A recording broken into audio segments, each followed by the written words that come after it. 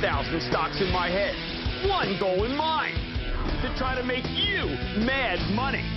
You can't afford to miss it. We have a tale of two markets.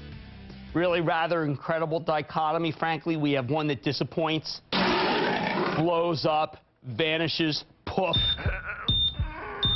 The banks.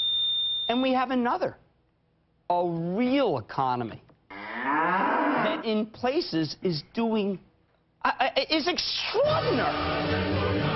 The rails are one of the real economy portions. And in my opinion, the best of the rails, actually almost by far, because I really like Union Pacific too, is CSX.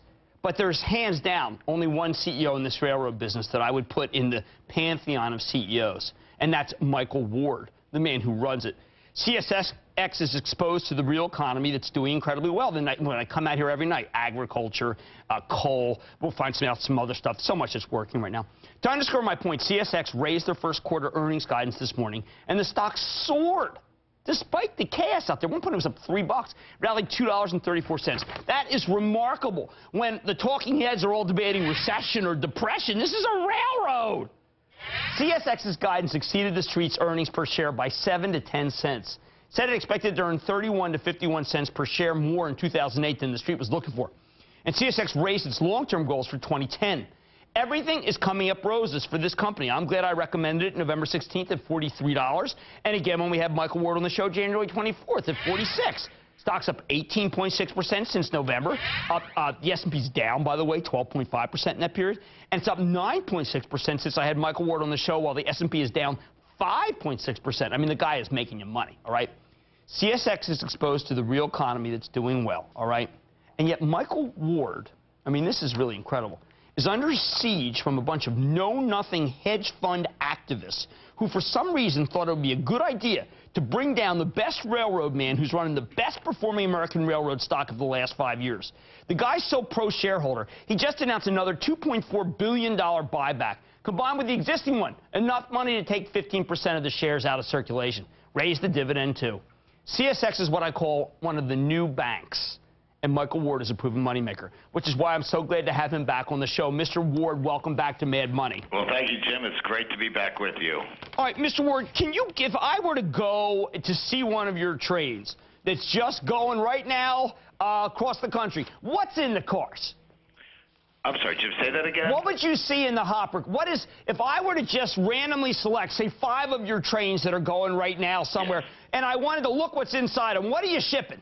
Well, we ship just about everything that moves in this economy: coal, grain, fertilizer, ethanol, metals, chemicals. Right now, Jim, we're seeing a mixed bag. We're seeing real strength in the metals, the fertilizer, the ethanol, and export coal. And we're seeing some weakness in the housing and in the automotive related. But overall, it's a fair mixture going forward. Well, why is it that if you have some week that you're still able to blow out the numbers? I mean, if you figure if something's not going right, then you wouldn't be able to deliver them. Well, we're seeing a couple of things, Jim. One, we're getting real good productivity as we run the railroad better and provide the better service to the customers. Secondly, the pricing, we had given guidance of 5 to 6% same-store sales pricing, and we're seeing that come through. And so between running well and some of the markets are maybe a little bit more profitable segments are allowing us to produce this upside guidance. What happened to the trucking industry in this country that they don't seem to make any money and you make it all? Jim, I think one of the things that they are challenged with is two things. One, the high fuel prices. They're 3 to 4 times more fuel intensive than we are. Right. And they also have a challenge with the younger generation not necessarily wanting to be over-the-road truckers, so their cost for labor went up as well. How many people does it take to ship 100 cars? How many people you got on one of those trains? Well, one train, we can ship the equivalent of 280 truckloads. And how many got there, like 50 guys? We would have 2 people on that train. I like that business model. I love that. Hey, listen, before I let you go, there's these guys, they're still trying to get rid of you. What do you think that they, what's the deal? I mean, you're the only stock I have on my screen that's up. I mean, what do they want? They want you to, like, I don't get it. Tell me what's in, it's probably hard for you to figure out what's in their heads either, but who have you let down? How about that as a question? Who have you let down?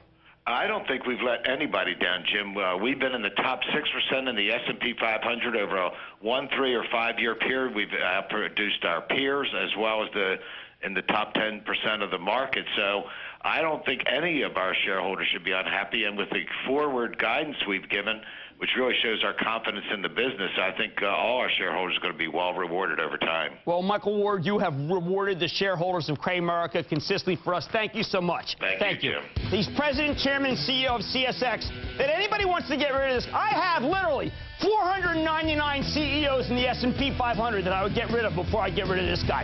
Stick with Cramer.